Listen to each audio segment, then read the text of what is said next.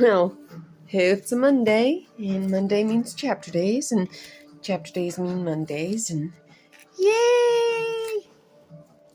For future warning, I will be in a different state next Monday. I am visiting my family for day after Christmas until the 1st in New York State. So, woot woot, and crap, I forgot my cup. I'm really good at forgetting my cup. Sometimes I wonder about the music I watch. Scusi. No, you're good. Just need to grab this. Whew. Get yourself. There we go. Thank you. Well. Oh my god. Anyway. We're on chapter 11 of Reaper Adventures Freedom. Woohoo! Which is book number 3 of Reaper Adventures, which is a series. And blah, blah, blah, blah, blah, blah, blah, blah, blah. Anyway, we're good. Maybe. On chapter 11 of book 3, and I can't freaking open this. What the hell? There we go. Don't bring your kids. Not kid-friendly. Mature audiences only. There are no sex scenes or curse words. I mean, I randomly blurred out curse words, but that's beside the point. There's no sex scenes or curse words, but there are one or more scenes of scary creature violence. There is mention of DOM behavior, which is, yay, more scary creature violence. There is the trial scene for the Archangel Michael and Prince Lucius of the Angelic Order, which we passed. We passed the murder scene by the demon, and this is the chapter with the mention of theft. Don't bring your kids, not kid-friendly. I'm gonna have my Smurf juice tonight. Smurf juice! We're on chapter 11. So chapter 11, we shall go and continue now. It's a relatively short chapter, and god damn it. Anyway, yes, for those of you who know that symbol, I will admit it. I am a happy nerd. Chapter 11, continuing. Warwick glanced at his brothers, Famine and Pestilence, who were watching the passing humans with what could be called confusion. Warwick couldn't blame them. He had never seen a human who would purposefully make themselves appear to look like a walking mass of horrible-looking black vines. Warren knew that those black vines were tattoos. He just didn't understand why they would want every inch of their skin covered with very poorly done tattoos. I'm assuming that was something that he had, and he like, hello there, little girl. Hello. He's my little kitty cat. Yeah, she a cutie pie. She loves her mommy. Even though mommy has to whoop her ass sometimes. Famine studied the strangely assorted humans and shook his head as another odd human walked by them. My dudes, you need serious haircuts. You want to catnap me, little girl? No? Okay. A random individual told War of Famine and Pestilence as he gave them an odd look. He mumbled something that sounded like, just saying, before he hurriedly walked away. Come on up. Come on up. I know you want to catnap me. Look, she's going to catnap me now. She's going to be happy about catnapping me. Yeah. War, Famine, and Pestilence exchanged a glance between themselves. Oh, look at this. She's kidnapping me. You old catnapper. Between themselves. Odd coming from someone who has long hair. Pestilence commented. Is that a man or a woman? Okay, well, you can't go up on the table, Missy. Famine questioned. There we go. Bring Pestilence's attention to the passing individual. I do not want to know. War responded after glaring at the individual who had given them an offended sound. They hurried away after War's glare. Do we need a haircut? Pestilence inquired after a slight pause. War and Famine looked at Pestilence. Our hair does not appear to look good, Pestilence stated with a shrug. Little Miss Gordon herself. Mister, your hair looks like the Grudge Girl's hair. I don't know if that's a copyright claim, but I might have to change that for future reference. Stupid girl. A little girl commented when more Famine and Pestilence looked at her. She was staring at War, eating an ice cream cone with an unconcerned expression while holding a stuffed bear. 'Cause teddy bears. Alyssa, the girl's mother said as she rushed to the curly, blonde-haired, blue-eyed girl. Sorry, little girl, I got your whiskers, didn't I? My bad, I didn't mean to. You can go back to sleep now. I'm so sorry. I am sorry. I'm sorry. Alyssa's mother apologized as Alyssa took her mother's hand and told her mom that the man has Grudge Girl hair, Mommy. Ward blinked and turned his attention from Alyssa and her mom to Famine and Pestilence. I have no idea who the Grudge Girl is, but I am going to agree with Pestilence because I do not think having Grudge Girl hair is a good thing. It's not. It's not, War said. I do not think it is a good thing either, Famine agreed. Pestilence nodded, and they began their search for someone to cut their hair. They found a place called Italian Diva's Hair. This is going to be fun. It was the only place that had hair in the title, and appeared to be the only place in this place that cut hair. What by now had been compared to the Grudge Girl too many times for his liking, and had managed to resist ripping the souls out of the humans who had joked about it rather than attempt to help. I don't think he'd care either way, but he's got to kind of blend in. War, Famine, and Pestilence hesitantly entered Italian Diva's Hair and heard someone tell them, I'll be right there. A teenage male dressed in black emerged from the back, took one look at War's hair, and then saw Famine's hair and Pestilence's hair and looked at his mom's schedule. Haircuts, I'm assuming, the teenager commented. Yes, War replied as Contessa came to the desk with a regular customer.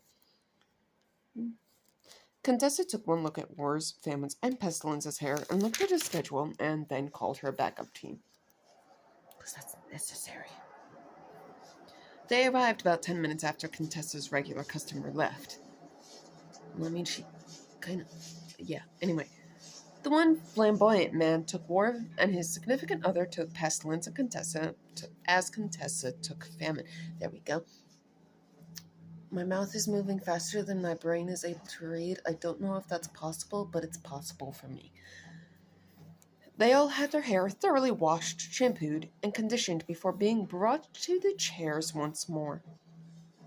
All three of them allowed each hairdresser to have creative liberty.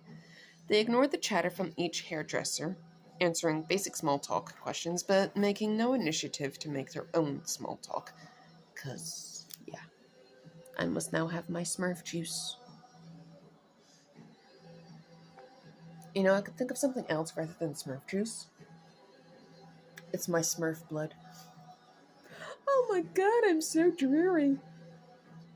It actually sounds funnier, though. Smurf blood. Continuing. A couple of hours went by before War's, Famine's, and Pestilence's hair was finished. They paid for their haircuts with money from Payne's wallet. There's the mention of theft, which War had taken before they had left the hiding place. There's more mention. Where did you get that? The teenager asked when he recognized the wallet. From someone we currently reside with, War responded as he studied the teenager. Why do you ask? Oh, ignore this. I got some type of forming pimple there, and it's annoying the fuck out of me. Continuing, War questioned. Because the person who owns that wallet is technically a missing person? The teenager answered. Did he let you borrow his wallet? The teenager inquired. What of it? War countered, deciding to not answer that last question. 'Cause he didn't let him borrow it. Oops. Ooh, what's this? I'm gonna take it. Now it can go. Pretty much was the thought process. Anyway, moving on, continuing. What's his name? The teenager pressed. Pain, Famine responded, knowing that his brother War wouldn't be able to answer that inquiry. The teenager seemed to believe them now, though War had neither confirmed nor denied that Payne hadn't let them borrow his wallet. "'Cause he did it. If you will excuse us," Famine said with a smile that was kind in appearance but far from kind in nature. The teenager subconsciously knew this and consciously decided to be silent. War, Famine, and Pestilence took their leave before the teenager could continue to press the topic of conversation. Raven being the teenager, blinked when the door closed behind the three strangers and then called Detective Serena Lunar, who happens to be on Payne's missing persons case. I think that's how it works. Pretty sure. Yep, that's how it works. Okay, moving on. Explaining what had occurred and the descriptions of war, famine, and pestilence. Serena thanked Raven and hung up the phone after saying goodbye. Serena looked at her new partner, Detective Draco Mort, and told him what had happened.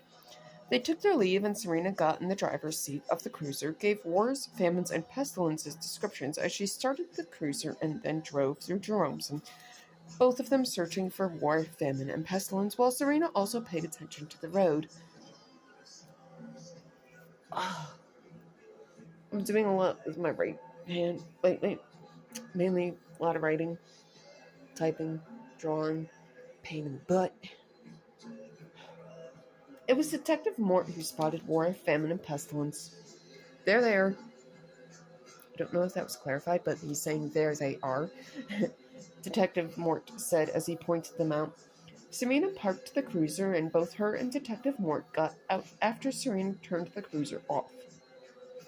They caught up to War, Famine, and Pestilence, and after a quick greeting and introduction, Serena decided to get directly to business. Because, yeah.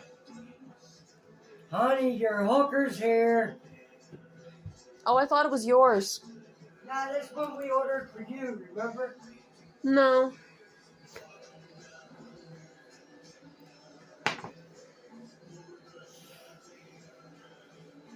I guess I don't know. I think I want a stripper, not a hooker. What's the difference? I don't know. That's sad, but there probably is a difference that I don't know about, so. Moving on, continuing. I hear you have the wallet of a missing person in your possession, Serena said. That appears to be the case, War agreed, studying the African-American 26-year-old female with jet black hair and startlingly,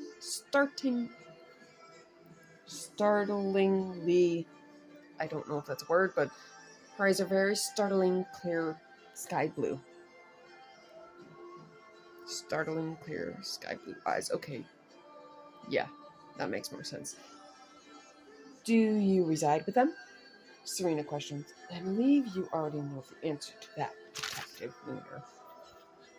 War said after a quick moment of silence, during which he resisted the urge to tell Serena that they did indeed currently reside with Payne. I'm sorry, little girl. Am I waking you up? I don't mean to.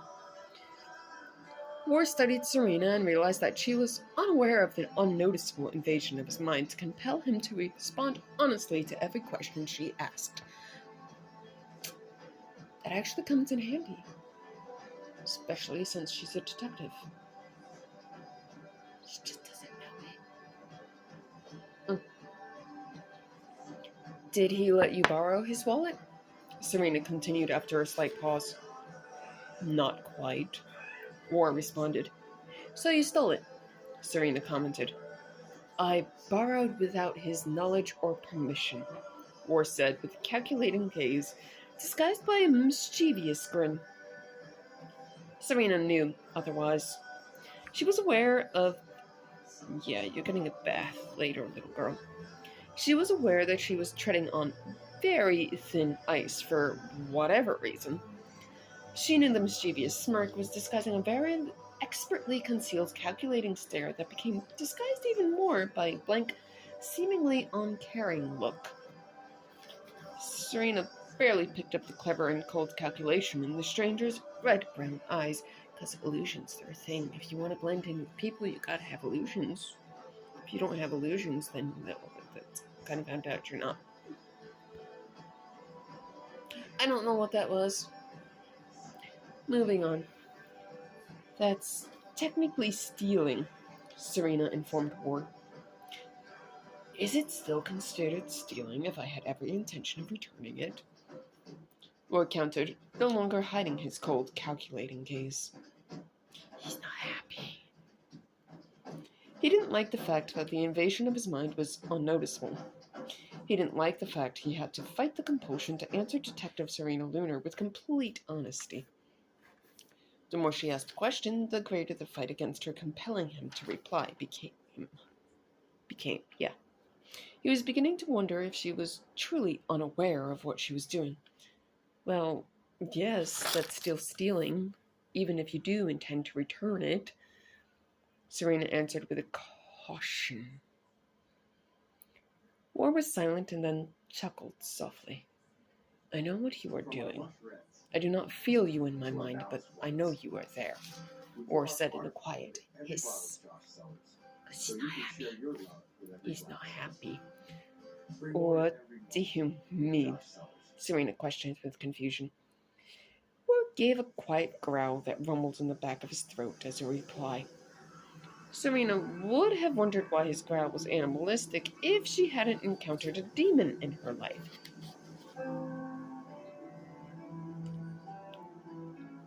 The growl still made her blood freeze in her veins and an unwanted chill run down her spine. Get out of my mind, War said, his voice still a low growl. Serena had no idea what he meant, but she knew better than to push her expired luck. I'll leave now. I hope you all have a good day, Serena commented with a smile and then walked away. She'd be doing this very quickly, mind you.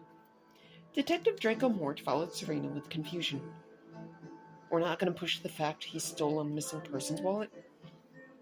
Draco inquired when they got in the cruiser. I pushed our luck far enough asking what I did. I wasn't about to overstep any further than I did, Serena told Draco, realizing that she was trembling slightly with fear. Serena decided it was best to calm down before starting the cruiser and driving. Yeah, always a good thing. She was confused as to why she had become as shaken as she was. Are you all right? Draco asked with concern when he noticed the slight tremble of Serena's hands. I'll be all right. I just need to breathe for a little bit, that's all, Serena responded with a reassuring smile. Serena fell silent again as she took a few steadying yet shaky breaths. After she calmed down and drove away, she realized why she had reacted the way she had. She had been conversing with a monster. A monster who obviously had no desire to assist anyone in any type of way. The day eventually came to a close and Serena went to her small apartment. Chris was waiting for her, looking absolutely miserable. What's wrong? Serena asked with genuine concern. They don't need me anymore. Not now or in the future, Chris mumbled.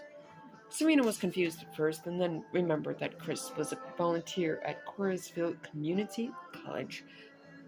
That's mentioned in the first book.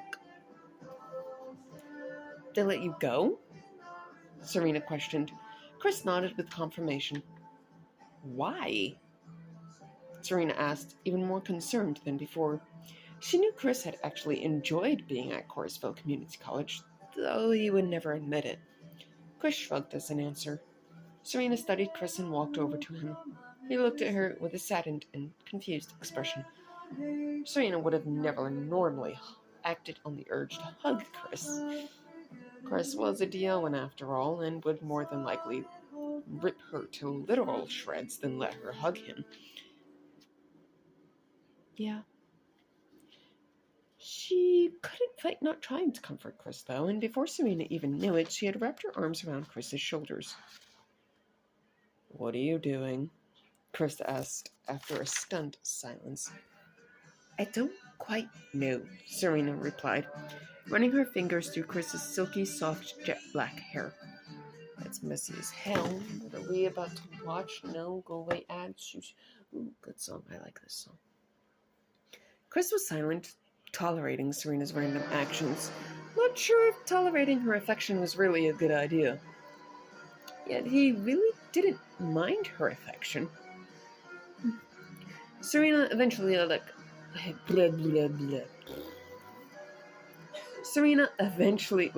go of Chris and gave him a smile. "Good night, Chris," Serena said as she headed to the room. "Night, Detective," Chris mumbled when he heard her breathing become steady. "No, you sleepy little girl. Look at this, she's still asleep. She has officially catnapped me. And she has fallen asleep on my lap. And it's freaking adorable. Look at her little face. Oh my gosh. Anyway. Spoiled little brat. Love you. Just don't like whooping your butt. It's annoying. Moving on. I have some accounts if any of you all are interested, because Chapter 11 is now complete, so Chapter 12 will be next week, and that will be done in New York State. Oh my goodness. So, moving on. I have some accounts if you are all interested. I have a Wattpad account, which is at Tempesta771. I have a TikTok account, which is at AirJunCraven2. No uppercase. Ooh. My goodness, I just smacked you with paper. At AirJunCraven2. No uppercases or space. Or maybe you can find me under Tempesta Braveheart. I'm not quite sure, so really don't quote me on that. I have an Instagram account, which is Tempesta Braveheart. No uppercases, no space. And potentially you can find me under AirJunCraven if you just don't feel like typing in that really long name. I have a Facebook under the name AirJunCraven. My Snapchat is also AirJunCraven, except my Snapchat has no uppercases or space. And we're all watching my YouTube, which is under the name Tempesta Braveheart. It was a short chapter, so woot woot. You know the accounts, you know not to bring your kids. Chapter 11 is complete. Chapter 12 is next week. And it will be definitely more of a change of scenery than there already is. So, Smurf blood. Peace out, Girl Scouts, and enjoy the mental hilarity.